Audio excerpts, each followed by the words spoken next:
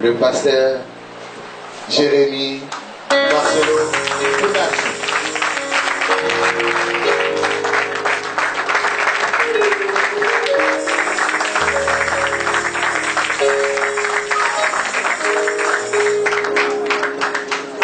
Asseyez-vous s'il vous plaît. Seigneur Dieu de gloire, au nom de Jésus, je te remercie et je te rends grâce de m'accorder le privilège, la faveur, Seigneur, d'être devant ton peuple pour apporter ta parole. Aide-moi à assumer cette responsabilité. Aide-moi à communiquer ce que tu m'as communiqué dans le siècle. Je prie que tu bénisses cette église, spirituellement, matériellement, financièrement, et que tu atteignes ton plan et ton but. Merci pour la soif de toi, la soif de ta parole que tu as déposée en chacun de nous. Au nom de Jésus. Amen. Amen. Amen. Salut ton voisin, ta voisine. Amen. Nous allons nous tenir debout afin de lire la parole de Dieu. Nous sommes dans Genèse 12, 1 à 3. Le thème de mon message ce matin, c'est de la promesse à la provision. Tu peux dire ça à ton voisin? Si ton voisin n'a pas de Bible, tu le regardes, tu dis tu n'es pas sérieux. Ah, il n'est pas sérieux, il est venu à l'église sans la Bible. Il n'est pas sérieux. C'est un voisin moins sérieux. Genèse 12, 1 à 3. Vous y êtes, hein? Et si ton voisin ne trouve pas Genèse, il est encore moins sérieux.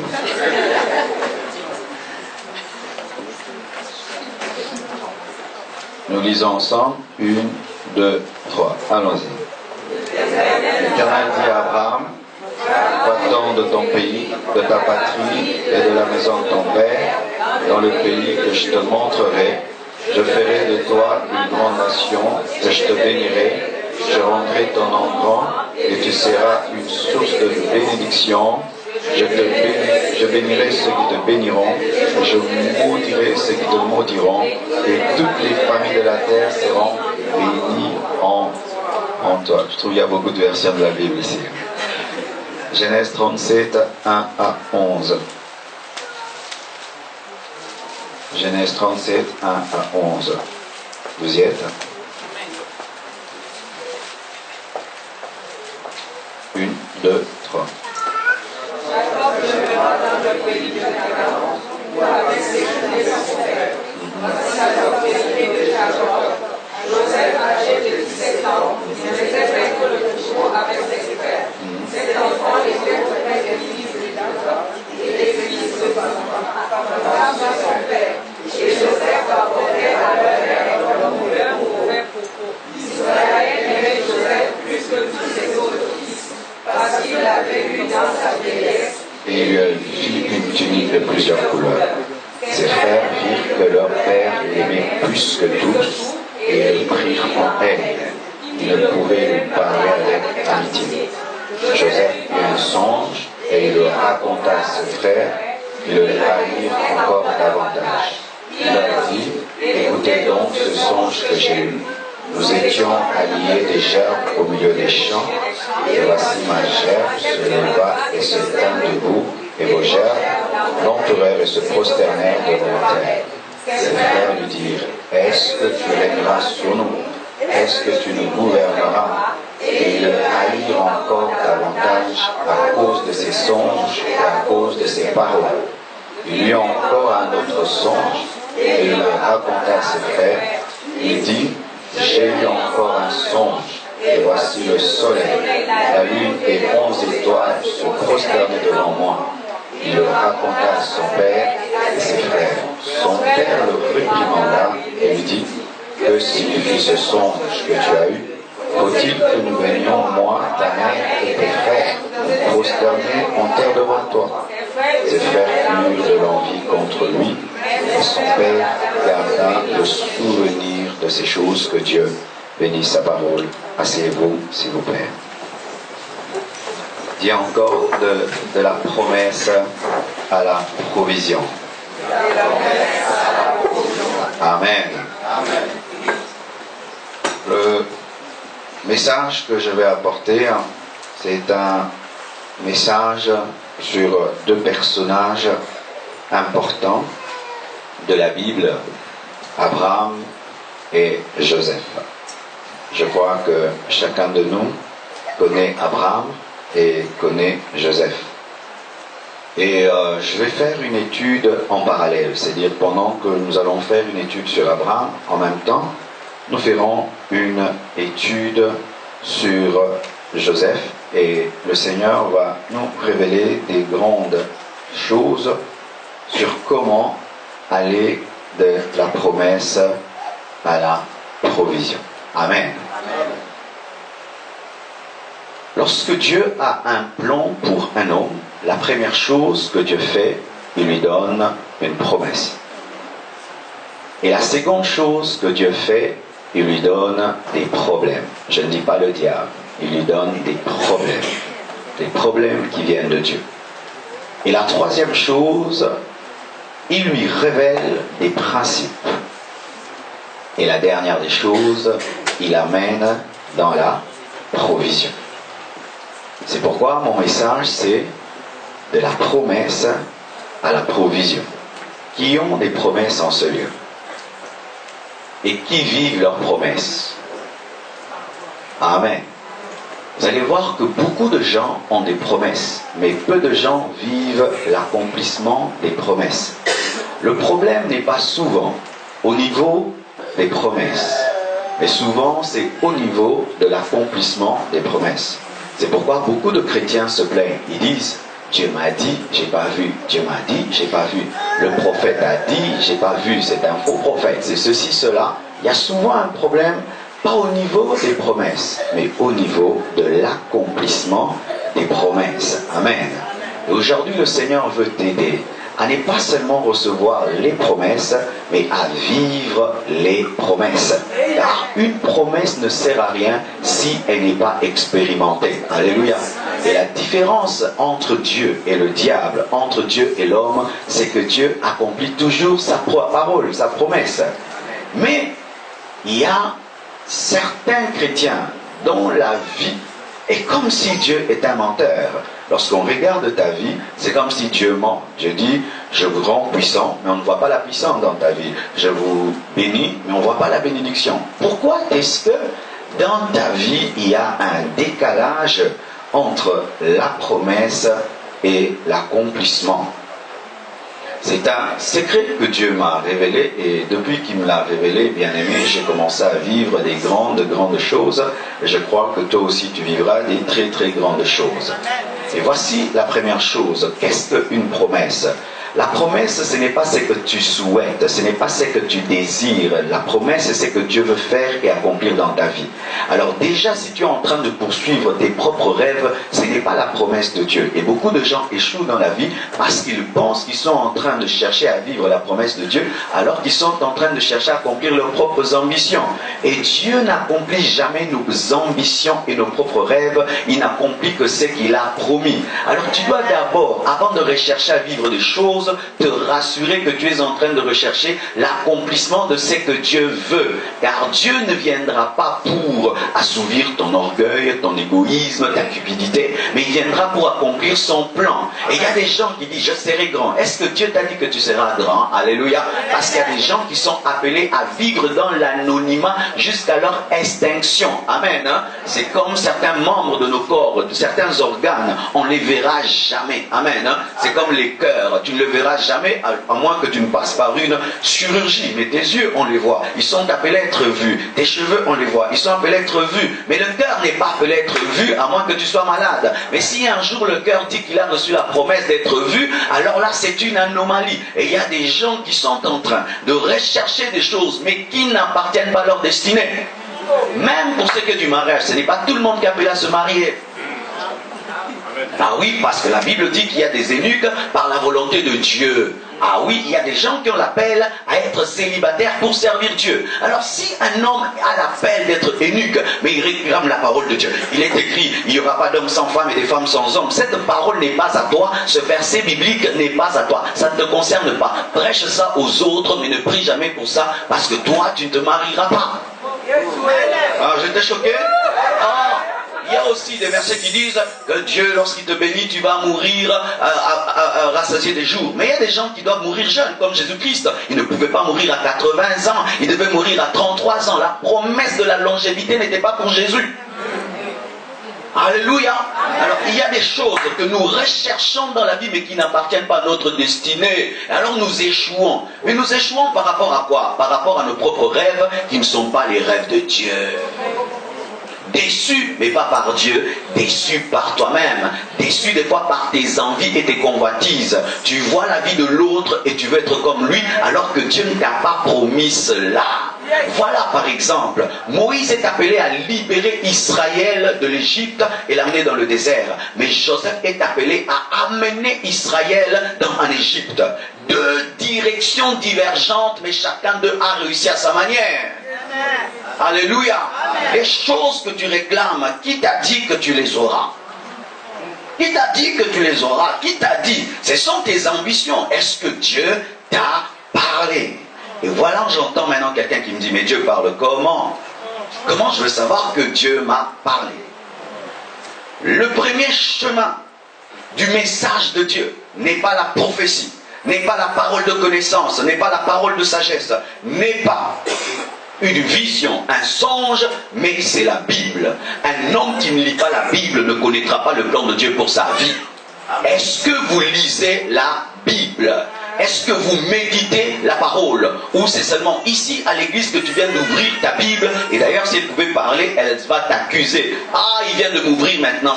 Il m'ouvre pas. C'est pourquoi même tu n'as pas su trouver Genèse. Même Genèse, tu ne trouves pas. Tu ne trouves pas Genèse, tu cherches Genèse en Matthieu.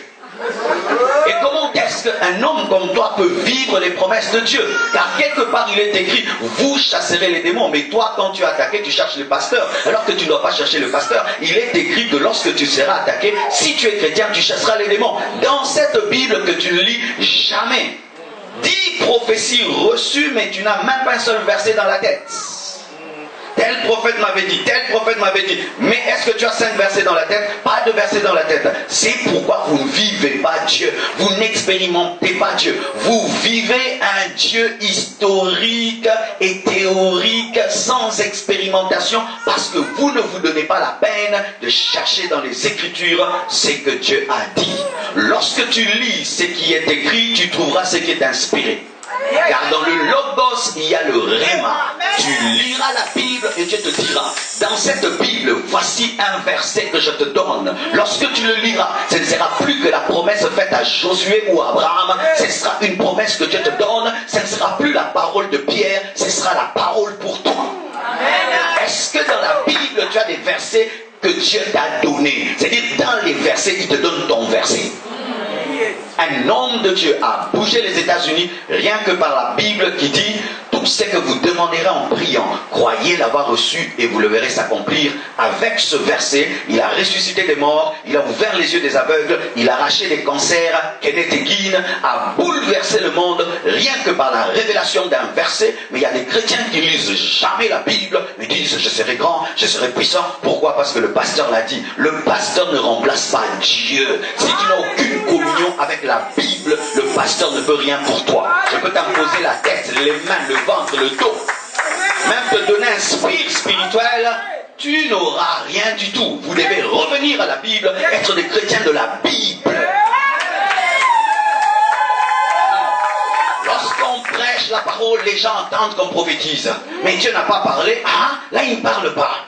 Il ne parle pas. C'est comme je suis avec toi. Rien que ça. Mais quand je lis, il y a tellement de choses.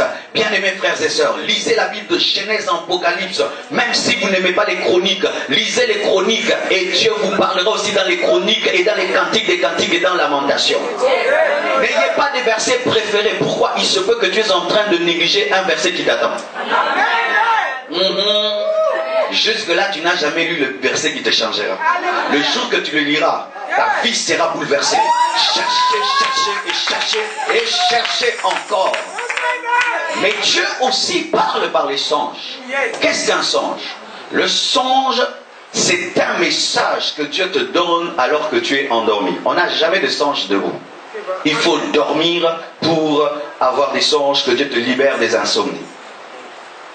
Les insomniaques n'ont jamais de songes parce qu'il faut dormir pour avoir les songes. Mais les songes sont différents des rêves normaux. C'est pourquoi on ne donne pas une signification à chaque rêve, parce qu'il y a des rêves qui ne veulent rien dire. Lorsqu'un songe, lorsqu'un rêve contient un message, ce n'est plus un rêve, c'est un songe. Voici un exemple. Tu dors, tu te vois à Kinshasa. Après, tu es au Bandundu, et puis tu es à Paris, et puis à Bruxelles, tu es en train de jouer au football, et puis au tennis, et puis tu tombes, et puis tu manges, et puis tu t'assieds, et puis tu dis, pasteur, qu'est-ce que ça veut dire? Ça veut rien dire. Alléluia. Ça veut rien dire. Mais des fois, tu veux, dans cette marmaille, cette marmelade, trouver un message, parce que tu penses que chaque chose que tu rêves est de Dieu. Archi faux. Des fois, quand tu rêves, prends ça, mets dans la poubelle. Tout ce que vous rêvez, ce n'est pas Dieu. Même si vous avez le Saint-Esprit, des fois, tu peux rêver, tu dors affamé, et puis tu rêves que tu manges. Ce n'est pas que tu es sorcier, tu avais faim. Oui, tu dors, et puis tu vois un chien qui te poursuit. Ce n'est pas toujours l'esprit d'impudicité. Tu as peur des chiens. Oui, il n'y a pas,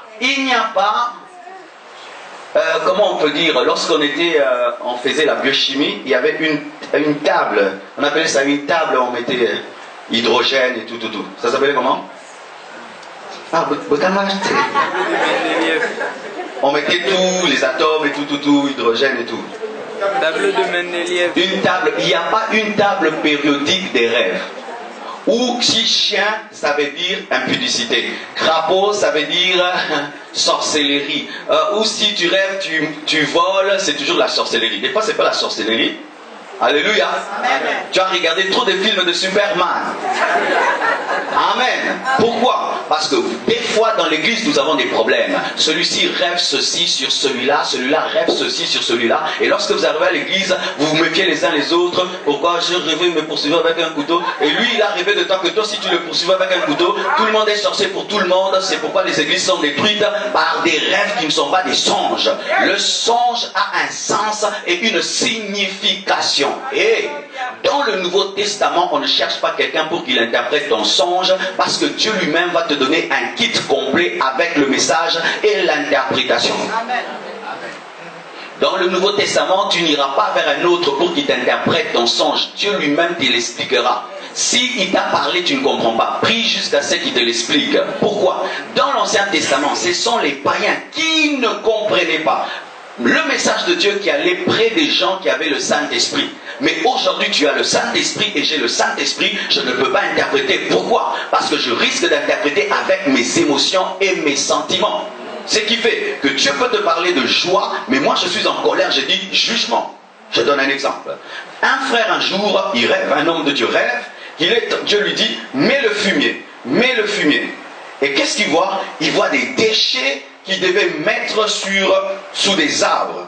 Et puis il se réveille. Il dit, le Seigneur a dit qu'il y a le péché dans l'église. Et le Seigneur lui dit, non, ce n'est pas le péché, le fumier dont j'ai parlé. Je t'ai dit maintenant d'affermir mon peuple. Vous voyez?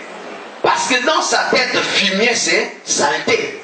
Alors que dans la tête de Dieu, ce n'était pas saleté, c'était engrais. Alléluia. Dis à ton voisin, fais attention avec l'interprétation des rêves. Et le songe, lorsque tu l'as, c'est un rêve avec une signification, mais pas seulement avec une signification, avec une autorité. Où tu sens une autorité. Tu ne forces pas pour dire Dieu m'a parlé. Non, c'est indéniable. Tu sens que ça doit être Dieu. Nous forçons des fois. Dieu m'a parlé. Bien aimé, lorsque Dieu te parle dans un songe, ça te marque. Ça te marque. Et j'aimerais vous dire que la plupart du temps, ce que vous dites être des songes ne sont pas des songes. C'est l'assemblage de vos pensées. Veillez à cela, sinon vous détruirez vos vies. J'ai vu des gens prendre des décisions rien que sur base d'un rêve pensant que c'était un songe. Tu rêves d'une sœur et puis tu dis je vais t'épouser. Et puis quand tu souffres, tu dis que Dieu t'a menti alors que tu as mal interprété, ce n'était pas un songe. Dieu parle aussi par des prophéties, Dieu parle par des convictions. Des fois tu n'as même pas besoin d'entendre une voix, tu sens seulement au-dedans de toi que le Seigneur veut que tu fasses telle chose cette année. Tu sens au-dedans de toi que Dieu cette année fera ceci. Tu n'as pas entendu de voix, tu n'as qu'une conviction, tu as la paix dans un domaine. Et puis on te dit, quels sont les signes? Je n'ai aucun signe. Au-dedans de moi, je sais que ça se fera. Alléluia. Ne cherchez pas toujours à entendre des voix. Ne forcez jamais les voix. Car si le diable remarque que tu cherches des voix, il te parlera. Car il y a des oracles qui viennent de Dieu et des oracles qui viennent de Satan. Ne priez jamais en attendant entendre des voix. Si Dieu veut te parler par une voix, qu'il le fasse. Mais Dieu aime parler dans le cœur au lieu de te parler au dehors de toi. Car au dehors de toi, il y a Satan et il y a les hommes. Mais en toi, il y a le Saint-Esprit. Alléluia. Ne vous concentrez pas comme des yogis, comme des bouddhistes, cherchant à entendre des voix. Vous pouvez entendre la voix du diable. Alléluia. Mais si Dieu, dans sa souveraineté, a décidé de te parler par une voix audible, qu'il le fasse, mais toi ne les cherche pas. Voilà maintenant. La promesse de Dieu qui peut venir par une vision, par une parole, par une prophétie, par une conviction, par un songe, par la Bible, par une prédication. Des fois Dieu te parle rien que par une prédication. Amen. Hein? Pendant que je prêche là, pour certains c'est une prophétie de leur vie. Amen. Hein? Pendant que je prêche, tu n'as pas besoin que je dise ainsi dit le Seigneur. Un homme sensible dans une prédication reçoit le message pour sa vie. Il dit ça le pasteur le dit pour moi. Amen. Hein? Tu n'as pas besoin que je puisse m'agiter tout cas. Non, tu sens que ça c'est ma parole et tu prends la parole. Amen. Mais la promesse ne contient pas la volonté permissive de Dieu, mais elle contient la volonté parfaite de Dieu. Qu'est-ce que la volonté parfaite de Dieu et qu'est-ce que la volonté permissive de Dieu? La volonté parfaite de Dieu, c'est le plan premier de Dieu. Mais la volonté permissive de Dieu, c'est le plan second de Dieu à cause de la têtudesse de l'homme. Je donne un exemple. Dieu te dit qu'un chrétien ne peut pas épouser un païen. Pourquoi? Parce qu'un homme ne peut pas épouser un crapaud et ne peut pas épouser un chien. L'homme païen, c'est un animal spirituel. Et que le chrétien, c'est un homme spirituel et il ne peut pas s'unir à une païenne. Le Seigneur te révèle sa volonté parfaite que tu ne peux pas épouser une païenne même si tu l'aimes. Mais toi tu t'entêtes et tu l'amènes à l'église, mais tu sais qu'elle est païenne. Tu forces jusqu'à ce qu'on vous amène ici et puis on vous bénit parce que nous on suppose qu'il est converti, mais toi tu sais qu'il est païen. Lorsque vous vous mariez et qu'on vous a béni, vous êtes béni, mais tu es béni avec qui? Avec ton crapaud et avec ce boxeur, cet homme qui va te tromper, qui va s'enivrer. Le jour que tu reviens à l'église pour dire je veux divorcer, on va dire non, c'est ton mari, tu le gardes. Dieu entre dans ta volonté permissive, mais dans cette volonté permissive, il devient ton premier ennemi, afin de te corriger qu'on ne change jamais sa parole. Le Seigneur te dit, ne viens pas en France. Toi, tu étais au Congo, et tu forces ça, et tu forces, et puis tu fais des faux papiers, tu te retrouves en Europe. Tes anges sont restés où? Alors maintenant, dans tout ce que tu fais ici, tu vis des luttes et des combats. Pourquoi? Parce que Dieu doit entrer dans une volonté qui n'est pas la sienne. Excuse-moi de te le dire, même de te choquer, mais je dois te prêcher toute la parole de Dieu. Amen. Alléluia. Amen. La volonté parfaite de Dieu, elle ne fait pas toujours plaisir. Ah oui. C'est pourquoi peu de gens recherchent la volonté de Dieu. Ils prient Dieu, mais ils ne veulent pas qu'il parle. Seigneur Dieu de gloire, je t'aime, mais ne dis rien. Seigneur, je t'aime beaucoup, mais ne dis rien. Parce que tu sens qu'il est en train de te dire, arrête de mentir, arrête de voler. Seigneur Dieu, protège-moi, mais ne dis rien. D'ailleurs, sors avec moi là où je vais voler, mais ne dis rien. La volonté de Dieu fait mal. La volonté de Dieu fait mal. Des fois, bien-aimés, nous recherchons la volonté de Dieu sans vouloir la rechercher, parce qu'au fond de nous, nous la connaissons déjà. Tu pries, tu sais que Dieu veut que tu puisses t'humilier et demander pardon. Mais tu pries beaucoup, mais tu connais déjà la volonté de Dieu. Il veut que tu puisses t'humilier et demander pardon. Mais pourquoi continuer à prier alors que tu sais déjà ce que Dieu veut? Parce que souvent, nous avons une prédisposition de ne consommer que ce que nous aimons. Tu vas dans le jeûne, Seigneur, donne-moi la puissance et l'onction. Tu penses que la puissance et l'onction ne proviennent que beaucoup de prières? Non, la puissance et l'onction peut provenir seulement d'une soumission à ton mari. Ah oui, mes mamans. Dieu ne vous donne pas l'onction seulement parce que vous priez. Lorsque tu te soumets à ton mari, l'onction de Dieu vient. Mais quand au fond de toi tu sais que tu es une femme rebelle, tu vas refuser, tu vas beaucoup prier, évitant la volonté parfaite de Dieu. Ainsi tu es en train de chercher un foyer stable en dehors de la volonté parfaite de Dieu, car il est impossible qu'il y ait stabilité avec insoumission. Je élève mon travail car il est écrit, je serai la tête et non la queue, mais tu trompes ta femme. Au fond de toi, tu sais que les adultères ne sont jamais bénis, mais tu pries beaucoup pour les affaires, alors que ton problème, ce ne sont pas les affaires, ton problème, c'est ton impudicité et ton adultère. Alléluia. Alléluia. Amen. Voici. J'ai beaucoup de choses à vous dire. Hein? Ne pensez pas qu'on prêche parce qu'il y a beaucoup de gens ou peu de gens. Jésus a donné des grandes révélations à une femme, la femme samaritaine. Et je vais vous prêcher plus que même à la soirée de gloire. Alléluia. Bien-aimés frères et sœurs, lorsque je préparais ces enseignements, j'ai dit Seigneur, mais pourquoi tu ne m'as pas donné tout ça lorsqu'il y avait 2000 personnes? Il vous aime. Et voilà maintenant, quelle était la promesse de Dieu? Quel était le plan de Dieu pour Abraham?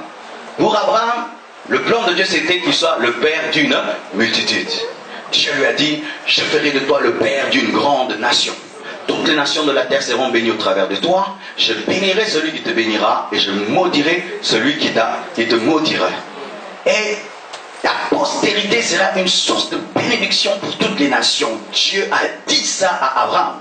Et qu'est-ce qu'il a dit à Joseph? Qu'il sera plus grand que ses frères, il sera même plus grand que sa mère et son père, parce que la Bible dit que 11 gerbes se prosternaient devant sa gerbe. Il a même vu 11 étoiles et la lune et le soleil, la lune qui représente maman et le soleil qui représente Jacob, les 11 étoiles qui représentaient ses frères se prosternaient devant lui. Dieu lui avait dit, tu seras plus grand que tes frères, plus grand que Judas, plus grand que Lévi, plus grand que Jacob, plus grand que ta mère. C'était ça la promesse.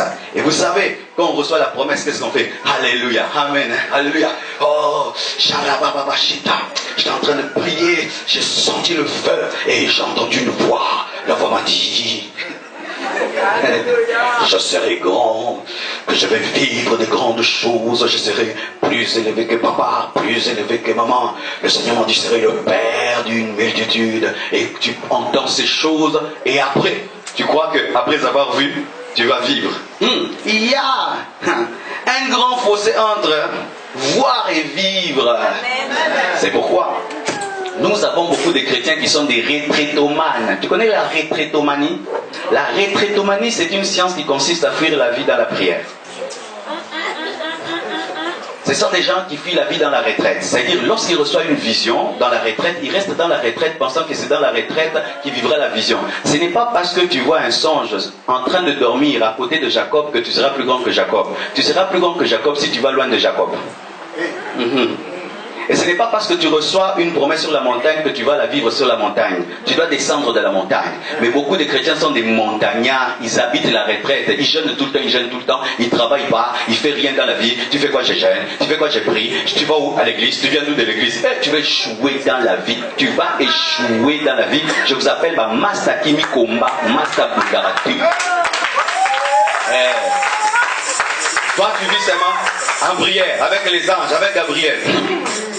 Même Zacharie qui a reçu la promesse de recevoir Jean-Baptiste devait sortir de la présence de Dieu pour connaître sa femme afin d'avoir le bébé. Car si tu restes avec l'ange qui te parle, il ne va pas te donner le bébé. Tu dois aller avec ta femme enfin qui te donne. Et même Dieu qui te dit que tu seras riche, tu dois travailler pour que la richesse vienne. Beaucoup de gens ne vivent pas les promesses de Dieu parce qu'ils aiment seulement parler des promesses. Ils ont des cahiers des promesses, mais ils ne payent pas les prix pour les vivre. Ils ne payent pas les prix. Et c'est pourquoi beaucoup de chrétiens sont des pauvres. Beaucoup de chrétiens échouent dans la vie parce qu'ils aiment les promesses et rester seulement sur la montagne, alors qu'il faut descendre de la montagne afin d'aller sur Golgotha pour dire tout est accompli. Sur la montagne de la transfiguration, tu as des expériences, mais c'est à Golgotha que tu accomplis ton œuvre et tu dis tout est accompli. Mais Golgotha n'a pas beaucoup d'expériences spirituelles terribles, mais c'est là qu'il y a l'efficacité. Mais beaucoup de gens, ils aiment prier, entendre la voix de Dieu, vivre des anges. Amen. On recommence encore la retraite. Oh, ils vivent des expériences. Amen. Tu vas échouer au Goguga. Tu vas échouer dans la vie, mais plein d'onction et de puissance, mais tu vas échouer. C'est pourquoi j'aime les pasteurs qui des fois chassent les chrétiens de l'église. Allez travailler, allez étudier. Maman va ranger ta maison. Tout le temps l'église, tout le temps l'église. Non. Il y a un temps pour être à l'église, un temps pour prendre soin de ton mari, prendre soin de tes enfants. Il y a un temps pour venir à l'église, un temps pour aller étudier, un temps pour aller travailler. Il y a un temps pour venir à l'église, un temps aussi pour sortir avec ton mari, avec ta femme. Église. Non, allez au restaurant. Donc ça va là. Alléluia.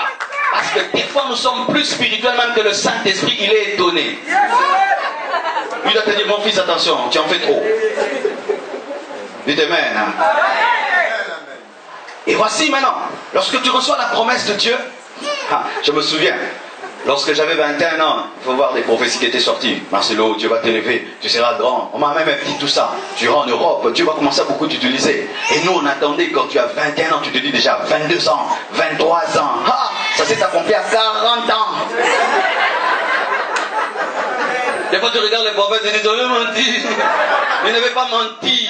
Parce qu'après la promesse, ce n'est pas la provision. Après la promesse, ce sont les problèmes. Et je dis des problèmes qui viennent de Dieu.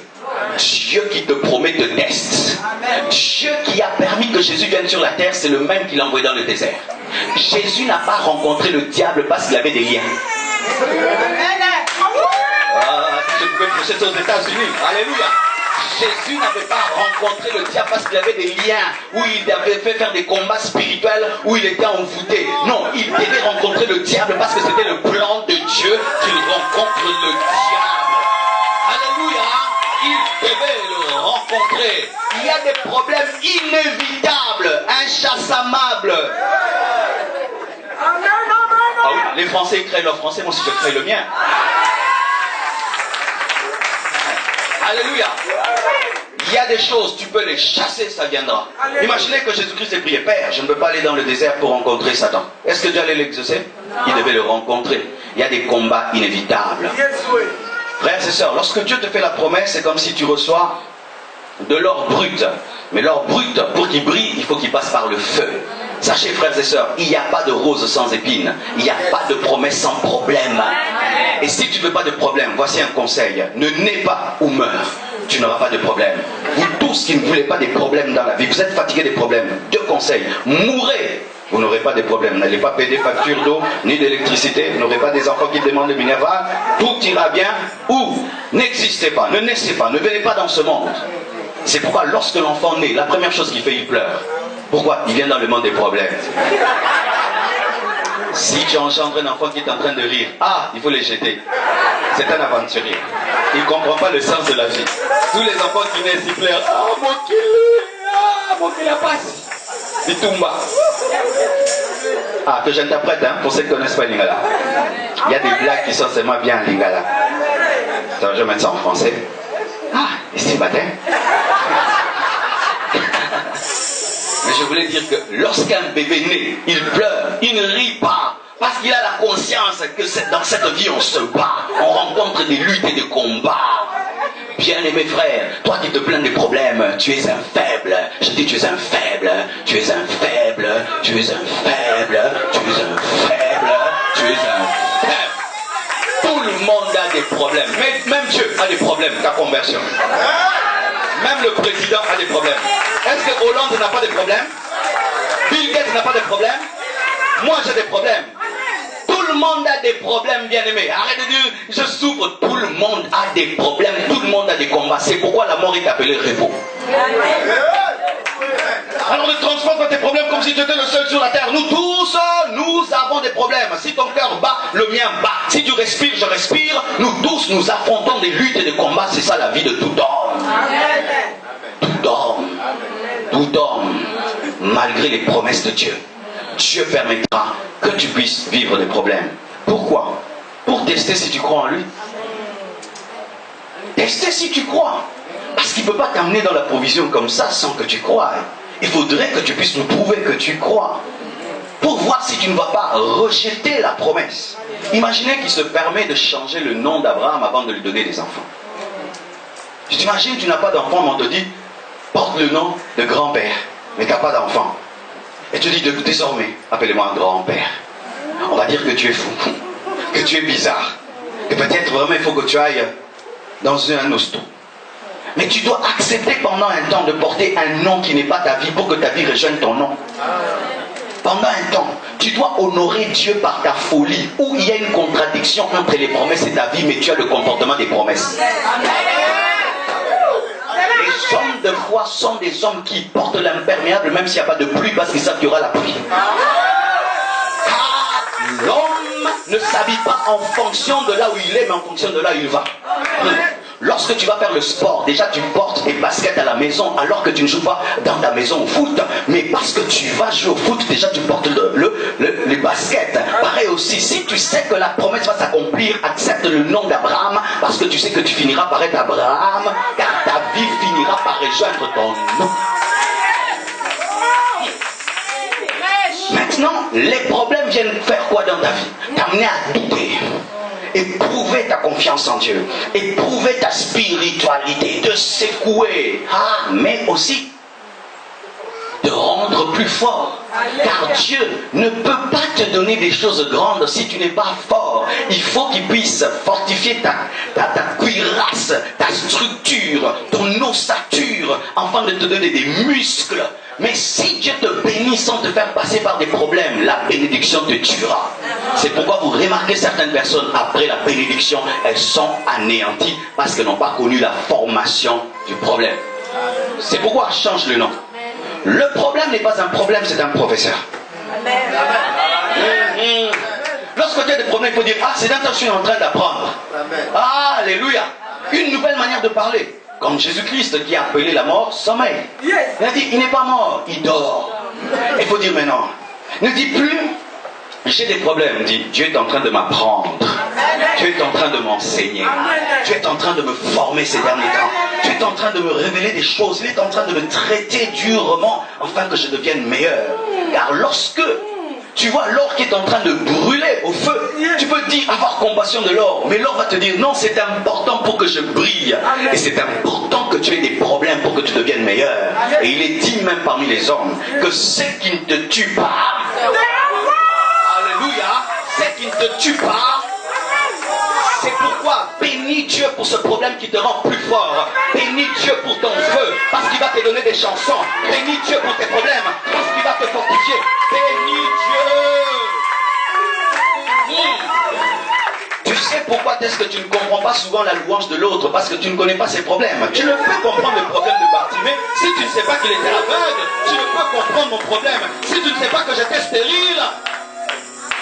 Mais le problème des problèmes, c'est qu'on ne sait pas quand est-ce que ça finit. On sait quand ça commence, mais quand ça finit, on ne sait pas. Ça vient, tu penses que demain, fini. 3 ans, 4 ans. Je me souviens quand je devais me marier, chaque année je déclarais cette année je me marie. Cette année je me marie, je ne me marie pas. Cette année je me marie, je ne me marie pas. De sorte que même l'église était fatiguée de m'entendre cette année je me marie. Mais tous les jours je disais je me marie. Ils étaient devenus incrédules et moi-même j'étais fatigué. Mais aujourd'hui quand je me suis marié, j'ai compris que je ne pouvais pas me marier avant l'âge de 30 ans. Parce qu'avant l'âge de 30 ans, j'étais un garçon. Mais je n'étais pas un homme. À l'âge de 30 ans, alors j'avais vraiment besoin d'une femme. Mais avant, je voulais seulement être marié parce que tout le monde disait un pasteur d'être marié. Mais si elle était venue dans ma vie à l'âge de 25 ans, ma femme allait souffrir parce que je n'avais pas besoin d'une femme. Mais quand elle est venue à 30 ans, je l'ai accueillie avec joie parce que j'ai senti le vide d'Adam. Quand Adam est en train de donner les noms aux animaux, il ne peut recevoir Ève. C'est lorsqu'il a arrêté et qu'il a le vide qu'il dormira pour voir Ève. Les promesses amènent des problèmes. Des problèmes qui sont comme des blocages, qui sont comme des cadenas. Enfin, de t'empêcher de vivre cela. Quel était le problème d'Abraham? La stérilité. Dieu dit à un homme, tu seras grand. Toutes les nations de la terre seront bénies en ta postérité. C'est-à-dire qu'il faut un enfant pour qu'on parle de postérité. À l'homme à qui il fait la promesse de grandeur et de bénir toutes les nations par une postérité, il lui donne une femme qui n'a pas d'enfant et qui est vieille. Donc si elle est jeune, elle n'a pas d'enfant, vous avez l'espérance qu'elle aura. Mais elle est vieille, doublement ménopausée. Et Dieu dit qu'avec cette vieille dame, tu auras un enfant. C'est comme si Dieu te promet un terrain de football dans un désert. Et il te dit que la pelouse va pousser par la pluie. Où tu regardes autour de toi, rien ne montre que la promesse s'accomplira. Il donne une femme. Et pas seulement elle. Lui-même, il est vieux, avancé en âge. Et pire, cette femme n'est pas seulement stérile, elle est aussi incrédule. Donc elle a une stérilité physique et spirituelle, donc doublement stérile. Le jour même où Dieu vient lui promettre un enfant, elle rit. Maintenant, comment avec une femme aussi incrédule, une femme aussi stérile, tu auras un enfant de la promesse? C'était ça le problème d'Abraham. Dieu promet, mais il met un problème, ça. Joseph, pareil aussi. Dieu lui dit, tu seras grand. Voici comment commence la grandeur. On le jette dans un puits. Va t'asseoir dans le trou là-bas. La grandeur est là-bas. On le sort du puits. Qu'est-ce qu'on fait? On fait de lui un esclave. Et il commence à être quand même un esclave élevé. Une femme l'aime, il refuse, il pense qu'il serait élevé. Des fois, quand tu feras le péché, au lieu de te retrouver sur le trône, tu te retrouves en prison. Pourquoi? Parce que l'élévation n'est pas par la porte de devant, elle est par la porte de derrière. Le trône de Pharaon, on n'entre pas par la grande porte. Il faut que tu entres par la prison, parce que c'est à côté de la prison que se trouve le trône. C'est pourquoi des fois dans la vie avec Dieu, Dieu ne t'élève pas en te faisant ensemble à te faire reculer, parce que c'est par derrière que tu entreras par le... Ah oui. Et maintenant, Dieu lui dit, tu seras grand. Mais tout ce qu'il vit, ce n'est que dégradement et dégradement et dégradement. Et je pense que lorsqu'il était dans la prison, il pensait au rêve. Mais j'avais vu ma gerbe. Devant ma gerbe, les autres gerbes se prosternaient. Devant moi, j'ai vu les étoiles, j'ai vu le soleil. Comment est-ce que Dieu peut me faire ça? Et c'est ça où tu te dis, Dieu m'avait menti. Dieu m'avait menti. Il y a des gens comme ça énervés contre Dieu. Mon frère, Dieu va t'élever dans ce pays. Arrêtez ces choses-là. Ces choses-là, nous sommes fatigués des prophéties. Fatigués, Dieu fera, Dieu dira. Je suis fatigué. D'ailleurs, je vais abandonner Dieu. Ce Dieu n'agit pas.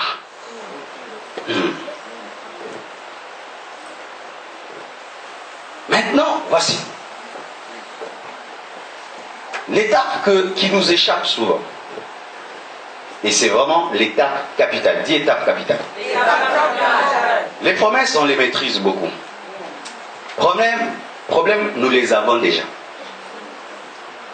Mais souvent, lorsqu'on a des problèmes, on jeûne, on prie, et on pense que directement, Dieu va donner la provision. Alors qu'il y a une étape importante. Les principes. Les principes, ce sont des enseignements du Saint-Esprit pour résoudre ton problème. C'est ta part. Parce que dans ta destinée, il y a la part de Dieu et il y a aussi la part. Même quand Dieu envoie la manne, c'est toi qui dois ramasser et c'est toi qui dois préparer. Alléluia. Même si Dieu révèle le tabernacle, mais Betsalel doit fabriquer, il y aura toujours ta part dans ta vie. Lorsque tu as les promesses de Dieu et tu passes par des problèmes, tu te tiens devant Dieu. La plupart du temps, nous voulons que Dieu résolve directement le problème, alors que Dieu doit t'enseigner. Pourquoi il doit t'enseigner? Afin que tu deviennes un professeur dans la matière. Voici. Si je suis malade et on prie pour moi, je suis guéri, c'est bien. Mais si je comprends comment est-ce que j'étais guéri, je peux guérir d'autres personnes. Dieu ne veut pas seulement que tu sois béni, il veut que tu sois une source de bénédiction. C'est pourquoi Abraham n'était pas béni, il était une source de bénédiction. Et pour être une source de bénédiction, tu dois être un professeur dans la matière. C'est pourquoi Dieu prend aussi le temps, dans les problèmes, de t'enseigner, afin de te révéler les principes qui mènent à la provision, pour que tu maintiennes la provision. Car une provision maintenue par les principes demeure jusqu'à ta mort. Mais une provision qui ne vient pas des principes est hasardeuse, elle peut venir et disparaître. Alléluia. Voici. Les problèmes sont des portes fermées. Et les principes sont des clés qui ouvrent ces portes. Amen. Pour Abraham, quel était le principe? Dieu lui dit, je ferai de toi une grande nation. Il lui donne une femme qui est stérile. Quel était le principe? La foi. Croire que cette femme stérile aura un enfant. Être patient pendant 25 ans. Alléluia. Bien aimé, des fois, rien que pour réussir dans la vie, tu dois seulement être patient. C'est tout. Tu pries seulement, Dieu agit dans ma vie, te dis, sois patient. Oh, Dieu agit dans ma vie, sois patient. C'est tout ce que tu vas me dire. Sois patient, c'est tout. Oui, sois patient. Quand j'étais un jeune garçon, j'admirais les gens qui avaient la barbe. Amen. J'étais père, quand est-ce que j'aurai la barbe? Donc tu me dis, oh, mais comment? Mais aujourd'hui, maintenant je fais entrer ça comme ça. C'était où? C'était en moi. Il fallait seulement que je sois patient. Sois patient. Je dis sois patient. Je dis sois patient. Je dis sois patient. Il fallait qu'Abraham soit patient. Il fallait qu'Abraham ait la foi, mais il fallait qu'Abraham puisse accepter de quitter sa patrie. Des fois, pour vivre la promesse de Dieu, tu dois abandonner certaines choses pour avoir d'autres choses. Si tu n'abandonnes pas Ur de Chaldée, tu n'auras pas Isaac. Parce qu'Isaac n'est né pas en Ur de Chaldée. Si tu n'abandonnes pas certaines choses, tu n'auras jamais Isaac, jamais. Et Ur de Chaldée, c'est le lieu de l'idolâtrie, le lieu du péché. Il y a des choses que tu dois abandonner dans ta vie. Que tu dois abandonner. Tu dois même abandonner des personnes. Lot, tant que Lot est là, Isaac ne peut pas naître. Parce que Lot a un esprit de stérilité. Il communique à la matrice de Sarah la stérilité. Il y a des gens, tant qu'ils seront dans ta vie, Dieu ne te bénira pas.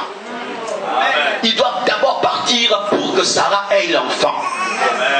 Certaines personnes, et des fois les Lot demeurent dans nos vies parce que nous sommes trop sentimentaux au lieu d'être spirituels. Jésus-Christ s'est arrangé que Judas meure avant la Pentecôte, car s'il volait déjà dans la caisse de 12 personnes, qu'est-ce qu'il allait faire dans une caisse de 3000 personnes? Jésus s'est débarrassé de Judas avant la Pentecôte, sinon il allait créer des problèmes et des scandales au début de l'église primitive, parce que s'il pouvait vendre Jésus rien que pour 30 cycles, qu'est-ce qu'il allait faire de l'offrande de la parcelle qui était faite? C'est pourquoi lorsque tu remarques des fois dans ta vie, certains amis te quittent, Dieu est en train de baliser le terrain pour que la bénédiction atterrisse. On ne fait pas la suivi de tout le monde, même dans l'église pasteur. Il y a des gens qui quittent l'église, Dieu vous a délivré. Il ne faut pas aller les chercher, c'est une délivrance. Parce que des fois, Dieu peut vous délivrer d'un sorcier que vous ne connaissiez pas, qui était là en train de créer des zizanies. Un jour, il dit, je quitte l'église, bénissez Dieu. Mais des fois, nous allons même faire le suivi de Lot.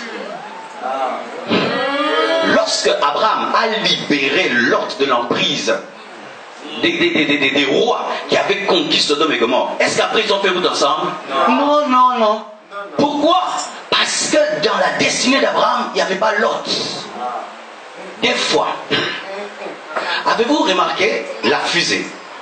Lorsque elle monte, plus elle s'approche de son orbite, plus elle perd des parties. Pourquoi? Là-bas dans l'espace, il ne faut pas qu'il y ait des choses trop qui pèsent, sinon elle va tomber. Et des fois dans ta vie, quand tu sens qu'il y a des gens qui te quittent, prie Dieu. Des fois, ce n'est pas un esprit de rejet, de solitude. C'est Dieu qui est en train de sélectionner, de disqualifier, de qualifier les gens qui peuvent rester près de toi et qui pourront supporter ta bénédiction de peur qu'ils t'empoisonnent comme Caïn a tué Abel. Amen. Alléluia. C'est pourquoi, bien aimé, des fois, réjouissez-vous d'être seul. Il y a un prédicateur que j'ai suivi ce matin. J'ai aimé ce qu'il a dit. Il a dit ceci. que dans le jardin d'Éden, tout le monde était en couple, sauf Adam. Pas parce qu'il avait un esprit de célibat, mais parce qu'il était spécial. Des fois, ta solitude, ce n'est pas un démon. Tu es trop spécial. Tu es trop spécial pour que Dieu te laisse tout seul parce que tu es unique, tu es particulier. Il n'y a pas beaucoup d'ocapis. Il n'y a pas beaucoup d'ocapis. Mais nous voulons tout le temps nous encombrer et nous encombrer. Sur la montagne de la transfiguration, il n'y avait pas 12 disciples. Il n'y avait que 3 disciples parce que ce n'est pas tout le monde qui était capable de voir Jésus dans la gloire. Alléluia.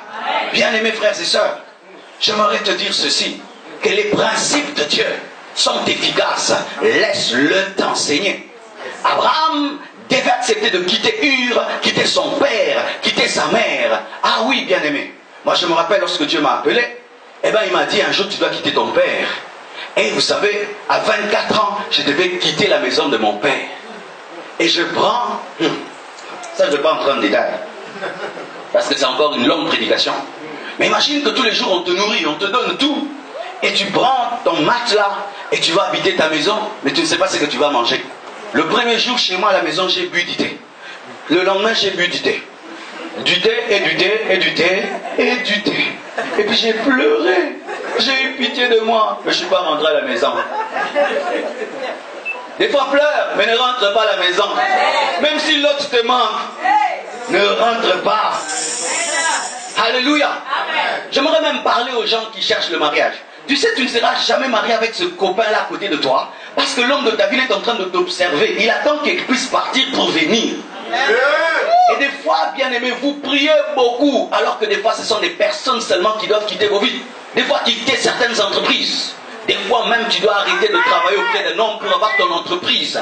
Oui, il y a certains ici, vous ne devez pas travailler auprès des gens. Vous-même devez être vos propres patrons. Tant que tu vas travailler là-bas, tu ne seras jamais grand. Alléluia. Et pour Joseph, quel était le principe? Ça, écoutez bien.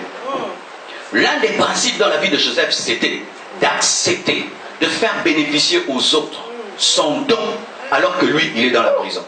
Aider les autres à devenir grands, pendant que toi, tu n'as que la promesse, mais eux, ils deviennent grands. Là, souvent, nous avons des cœurs de sorcellerie. Des cœurs de sorcellerie. Tu as un grand conseil à donner à quelqu'un, je ne lui donne pas. Tu ne vas me déposer. C'est pourquoi tu restes dans la prison. Car il faudrait que les chansons du roi puissent quitter pour parler de toi. S'ils ne quittent pas, ils ne parlent pas de toi. Celui qui vient vers toi et qui reçoit une bénédiction avant toi doit aller avant toi, rencontrer celui qui est devant lui pour que toi tu ailles devant lui, afin que tu prophétises pour être toi.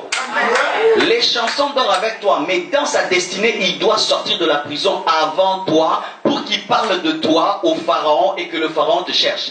Mais toi, tu veilles à ce que les chansons restent en prison avec toi parce que tu es jaloux. Toi aussi, tu mourras en prison parce que le pharaon ne te connaît pas. Tu vas quelque part, on te dit, nous cherchons quelqu'un avec telle compétence et ceci, ceci. Un bon caméraman qui est capable de faire ça. Et là, je connais le frère Julio. Je dis, je parle pas de lui. Que je parle de Julio à TBN ou à CNN. Et tu vois? Alors, je ne parle pas de lui. Tu connais quelqu'un? Je connais personne. Je connais personne. Alors que je sais que Julio est capable de filmer à CNN. Qu'est-ce qui va arriver? Il se peut que le PDG de CNN a quelqu'un qui est malade, qui un jour dira maintenant à Julio, mais mon enfant est malade. Non, je connais aussi quelqu'un qui est en prison. Lui, si t'imposes demain, tu es guéri. Et je prie pour son enfant. Du coup, j'ai une émission à CNN. Amen. Des fois, pour devenir grand, tu dois aider les autres à devenir grands pendant que tu es petit. Tu dois accepter que les autres deviennent grands pendant que tu es petit. Il m'est arrivé dans ma vie d'aller modérer dans des conférences où tu modères. Après, quand tu as fini, on t'oublie, on te donne même pas un transport, on ne sait même pas que tu existes. Tu rentres à pied les croisades des autres. Tu rentres à pied et tu es là-bas au fond là. Je le faisais de tout mon cœur, je faisais de tout mon cœur. Maintenant c'est mon tour, c'est mon tour. Jamais ton tour ne viendra si tu n'aides pas les autres à entrer dans la destinée. C'est pourquoi l'un des grands principes dans la destinée, c'est l'amour. Il y a peu d'amour dans les églises. C'est pourquoi les gens ne vivent pas les promesses de Dieu. Beaucoup de jalousie, beaucoup de compétition, beaucoup de rivalité. Beaucoup de rivalité. Ou même, il y a des grandes sœurs qui empêchent à leur petite sœur de se marier. De se marier. Il voit que sa petite sœur, c'est une fille bien. Et si elle a des visiteurs et que sa petite sœur dit, qu'est-ce que tu fais là? Qu'est-ce que tu fais là? Tu es une sorcière. Mais tu pries beaucoup pour ta famille. Lorsque tu as un poste, tu n'aides pas les autres. Car la Bible nous dit aussi, lorsqu'il est devenu grand, il a pardonné à ses frères. Voici. Lorsque Dieu te parle, il ne te donnera jamais tous les détails. Il lui a dit seulement, tes frères se prosterneront devant toi. Mais il ne lui avait pas dit pourquoi. Parce qu'il devait le vendre. C'est pourquoi ils vont se prosterner. C'est-à-dire que tu devras pardonner pour qu'ils se prosternent. Les rancuniers ne vivent jamais leur destinée. Un Joseph rancunier n'est jamais premier ministre. Pourquoi? Il va tuer Judas. Tu sais, si tu tues Judas, tu as tué David. Si tu as tué David, tu as tué Joseph, le père adoptif de Jésus. Et Jésus ne sera pas appelé le lion de la tribu de Judas parce que tu as tué Judas. Donc, du coup, tu détruis tous les plans du salut. Si tu tues Lévi, tu as tué Moïse et qui va sortir Israël de l'Égypte. Et si tu tues Lévi, comment est-ce que Marie va naître parce qu'elle est de la tribu de Lévi? Ainsi, quand Jésus voudra venir, il va entrer où? Dis-moi, Makassi. Je ne pardonnerai pas à mon père, je ne pardonnerai pas à mes sœurs. Tu seras pauvre, tu vas échouer dans la vie, tu n'auras pas l'onction, tu n'auras pas la grâce, avec un cœur rempli de haine. Tu peux prier comme tu veux, tu peux jeûner comme tu veux, tu peux tout faire. Un Joseph rancunier n'est jamais premier ministre. Yes. Alléluia. Amen. Jacob ne lui a rien fait, n'est-ce pas? Mais à Goshen, qui était à Goshen? C'était seulement Jacob? Même ses frères qui n'avaient pas cru en lui, ils ont mangé à Goshen. Il leur a donné la nourriture. Mais toi, tu dis, quand je serai grand, je vais aider papa, pas maman. Pourquoi? Maman m'avait rejeté, elle a failli m'avorter. Quand tu vas me bénir, je vais aider tout le monde sauf la sorcière là. Il paraît on l'a trouvée dans une bouteille avec ma photo. Lorsque tu nourris ceux qui t'aiment, tu n'es pas différent d'un païen. Mais lorsque tu nourris Lévi, Judas, Ruben, tous les autres, alors là tu es un enfant de Dieu. Quand tu prends seulement soin de Jacob, ce n'est pas extraordinaire parce que lui ne t'a rien fait. Mais quand tu prends soin de tes frères qui t'ont rejeté, alors tu mourras ministre. Alléluia. Car tu peux être ministre pendant un temps et puis Dieu te destitue parce que tu as manqué l'amour. Une autre chose, voyez, Joseph se tient devant le pharaon. Il interprète le songe, mais écoutez ce qu'il dit. Que le pharaon trouve un homme intelligent en Égypte pour accomplir cela. Il ne dit pas, pharaon, c'est moi qui ai interprété, tu me places. Il n'a pas forcé les choses. Il a laissé Dieu ouvrir totalement la porte. Des fois, nous ratons notre destinée parce que nous forçons trop les choses. Il y a la chair qui entre. Tu as commencé en esprit, maintenant tu commences à forcer. Tu n'as rien fait pour attirer cette bénédiction, maintenant tu fais entrer la chair. Dernièrement, il y a une maman qui vient qui me voit. Pasteur, qu'est-ce que tu veux que je fasse pour toi? Tu sens que tu as touché son cœur pour toucher mon ministère, pour bénir mon ministère. Je n'en fais pas de trop. Mais nous souvent c'est quoi? Est-ce que je peux avoir une voiture pour Kinshasa? Tu rates les choses. Tu rates les choses. Tu pries Dieu, je veux me marier. Et puis un homme qui te dit je t'aime. Et puis tu commences à porter les mini. Tu vois, tu commences à forcer les choses. Tu pries pour avoir le travail. Et Dieu te donne le travail. Et puis tu commences à adorer ton patron. Tu commences à forcer les choses. Tu commences à forcer les choses. Tu prophétises. Et après la prophétie, tu ajoutes ta prophétie dans la prophétie. Tu commences à forcer les choses. Dieu te donne un leadership. Tu commences maintenant à utiliser ce leadership pour amener la chair. Tu commences à forcer les choses. Alors que le pharaon est déjà disposé à t'élever. Mais tu veux t'élever, tu ne seras pas élevé. Yes. Car il y a des chaises qui ne sont occupées que par les personnes qui les refusent. Même si c'est ta place, dis, mettez qui vous voulez. Que le pharaon choisisse quelqu'un. Il n'a pas dit moi. Des fois même à l'église, tu sais pourquoi tu n'es pas élevé? Parce que tu dis moi. Parce que pourquoi tu ne me places pas? Avec la grâce que j'ai, moi je devais chanter, moi je devais jouer au cinquième, ce ne sera pas toi. Parce que Dieu n'élève pas les vivants, il élève les morts.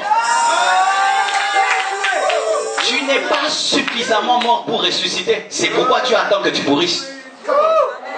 Tu dois être brisé, tu dois mourir à toi-même. C'est alors que Dieu va t'élever. Vous vous battez trop à l'église parce que vous êtes charnel, cherchant des postes, des positions à l'église, se faire voir, se faire bien aimer. Dieu ne lève pas parce que tu es vu, Dieu élève parce qu'il a choisi. Ce n'est pas en allant accuser les gens auprès du pasteur que Dieu va t'élever. Ce n'est pas en allant détruire les autres en secret que Dieu va t'élever. Et pense ceci. Ce n'est pas parce que les autres échouent à côté de toi que tu réussiras. Ce n'est pas parce que le premier de la classe a eu 0 que le dernier de la classe a eu 10. Est-ce que vous comprenez le nom ou pas? En français, est-ce que vous comprenez ce que je dis? Lorsque j'ai commencé le ministère, à côté de moi, il y avait des très très grandes églises. Et ils invitaient des grands prédicateurs, des affiches. Moi, je n'avais même pas l'argent de faire une affiche. Même pas l'argent de tourner l'église. Même pas l'argent de mettre une porte devant l'église. Et autour de moi, des grandes églises. Et puis Dieu me dit, Marcelo, pourquoi tu es effrayé? J'ai dit, Seigneur, je n'ai ni argent, ni un nom, ni rien. Mais ces grandes églises, pourquoi tu m'as amené ici? Et puis il m'a dit, tu n'as pas besoin que les autres échouent pour que tu réussisses. Concentre-toi sur ta vision et tu réussiras. Je donne un exemple. Amen. Tu prends 2 enfants, tu mets chacun dans son lit, chacun mange. Est-ce que parce que cet enfant de droite est en train de grandir que cela ne grandira pas? Tu ne vas pas avoir des soucis. Pourquoi? Là. Si toi aussi tu te nourris, tu grandiras. Le succès des autres n'enlève pas ton succès. Mais souvent, nous manquons d'amour et nous ratons la bénédiction. Et voilà maintenant le dernier principe. Après les principes, Dieu te donne la provision. Dis provision. Qu'est-ce que la provision? La provision, c'est la promesse devenue chère. Ce n'est plus une promesse que tu lis mais que tu touches. Oh, que Dieu change la parole et qu'elle devienne chère. Et qu'elle devienne chère.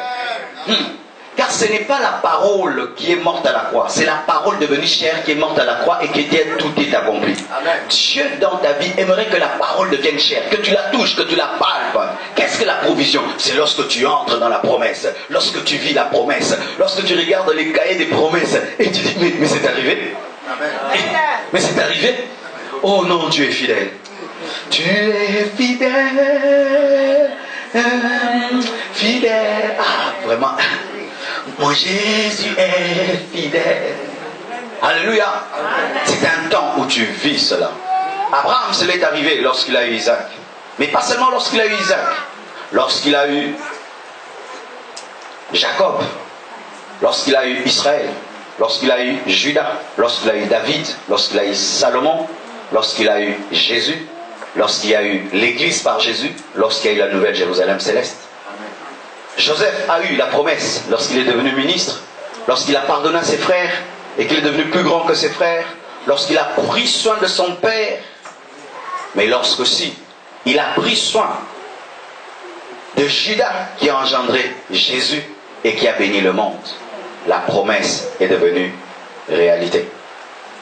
Voilà maintenant des choses que vous devez retenir et je vais m'arrêter là. Retenez ceci. Il n'y a pas de promesse sans problème. 2. Les principes précèdent les problèmes. Même si souvent nous pensons que les principes viennent après les problèmes.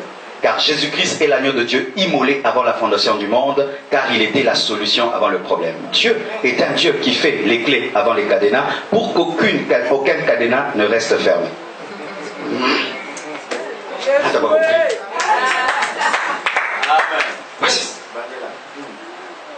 Voici. Promesse, problème, principe, provision. Ça c'est long. Dieu me donne une promesse, j'ai des problèmes, et puis des principes et la provision. Mais selon Dieu, ce n'est pas comme ça. Selon Dieu, c'est renversé. Dieu, avant de faire la promesse, il a déjà la provision. Et après la provision, il a déjà le principe. Après le principe vient le problème. Après le problème, il te promet. Dieu teste déjà le plan avant de l'exécuter. C'est pourquoi, pendant que toi tu vis ce que tu vis, pour Dieu c'est une rediffusion.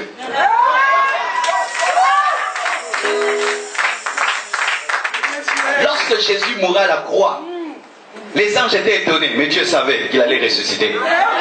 Parce qu'il est l'agneau de Dieu immolé avant la fondation du monde. C'est-à-dire avant même qu'Adam et Ève ne pêchent, Jésus était déjà immolé dans le plan de Dieu. Il était déjà la clé avant même le problème péché. C'est pourquoi, chaque fois que tu as des problèmes, va prier, il y a déjà une clé. Alléluia. Il n'y a pas de problème insoluble. Je dis, il n'y a pas de problème insoluble, il n'y a pas de portes qui ne peuvent s'ouvrir, car la porte est la preuve de la clé.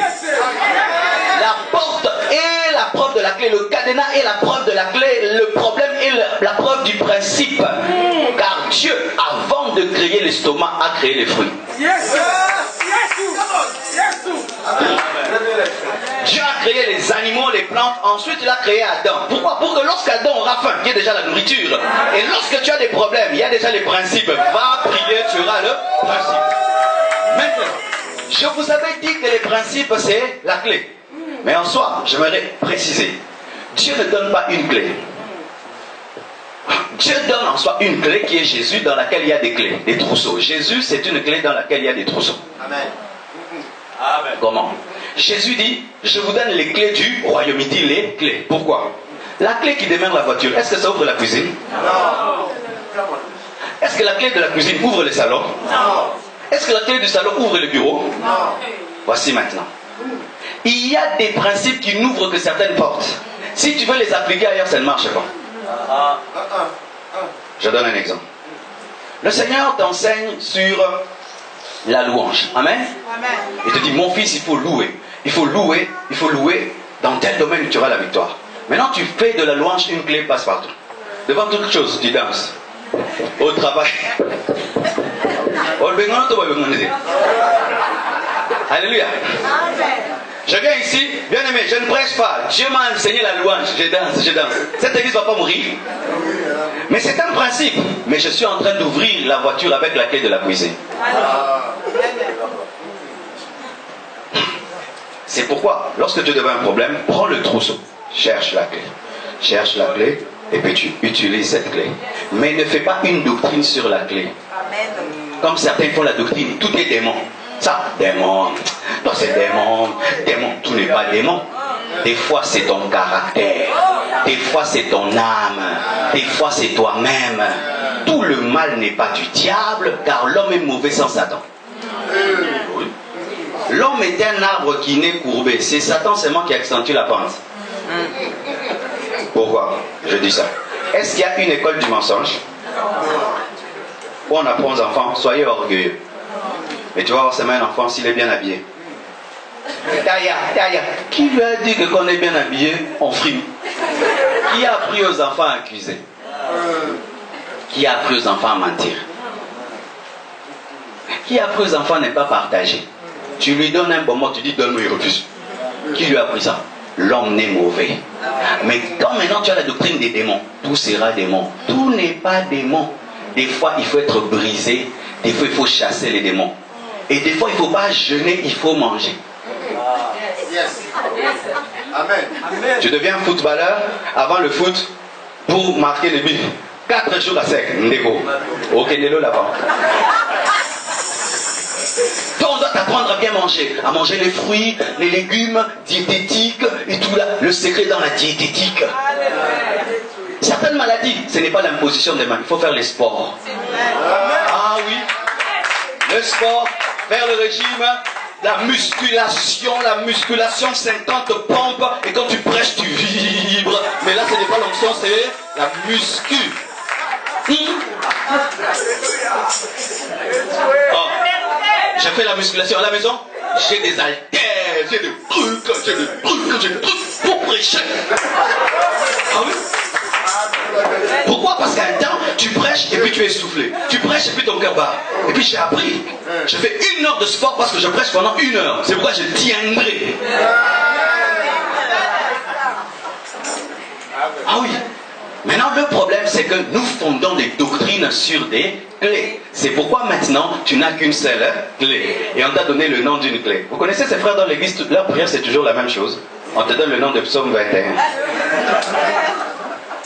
Nous demandons aux frères de prier. On sait déjà. Éternel Dieu, Dieu de miséricorde. Toi, tu ne connais que le Dieu de miséricorde, alors qu'il est aussi un Dieu puissant, un Dieu de grâce, un Dieu de faveur, un Dieu de sainteté, un Dieu de révélation. Voilà encore ceci. Lorsque tu entres dans la provision, ne chante pas trop. Parce que c'est pas parce que tu as vaincu dans un domaine que tu as vaincu dans tous les autres domaines. Les chrétiens, souvent, ils se reposent trop vite. Dieu lui donne un boulot, il pense que tout est accompli. Mais c'est pas parce que tu as de l'argent que tu connais la Bible. Ce n'est pas parce que tu connais la Bible que tu as réussi dans ton foyer. Ce n'est pas parce que tu as réussi dans ton foyer que tu as réussi dans tes études. Dans la vie, il y a plusieurs domaines. Dieu ne veut pas seulement que tu réussisses dans un domaine de ta vie. Il veut que tu réussisses dans tous les domaines de ta vie. Parce que tu es tripartite. Tu as un corps, tu as une âme et tu as un esprit. Et tu vis dans une société. Des fois, les chrétiens, on est des bons chrétiens, mais on est des mauvais citoyens. Et comme il y a beaucoup d'Africains ici, nous venons dans une nation très ordonnée, mais nous sommes des mauvais citoyens. Dans un pays ordonné, nous amenons le désordre. Mais nous sommes très spirituels, mais très désordonnés. Mais moi, j'ai les versets. Mais tu dois aussi être poli. Bonjour, est-ce que ça va? Est-ce que je peux vous prendre un peu de votre temps? Ça, j'ai appris par ici. Vous m'avez appris que lorsqu'on téléphone à quelqu'un, on ne commence pas à parler. On lui pose la question, est-ce que tu as le temps? Parce que peut-être qu'il fait autre chose. Ça, vous m'avez appris. Mais il y a des gens, ils ont fait 10 ans ici. Ah ben, mais toi, tu vis quand même dans un pays civilisé. Tu rencontres quelqu'un, tu ne dis pas bonjour. Tu commences déjà tes problèmes. Mais tu quand même. Alléluia. Comment vas-tu? Alléluia. Apprendre, lorsque tu causes avec quelqu'un, respecter les limites cellulaires. Pas trop près, parce que ça gaze. Tout ça, ça peut t'empêcher d'être béni dans la vie. Ah oui, ça fait partie aussi de la vie chrétienne. Jésus était un bon citoyen. Il a payé l'impôt. Give me amen, give me amen. Je termine. Il y a un homme que j'aime, mais qui m'a beaucoup déçu dans la Bible. Lorsque j'irai au ciel, s'il s'y trouve, je lui poserai des questions. C'est Salomon. Salomon, vraiment. J'ai des blessures intérieures sur ça.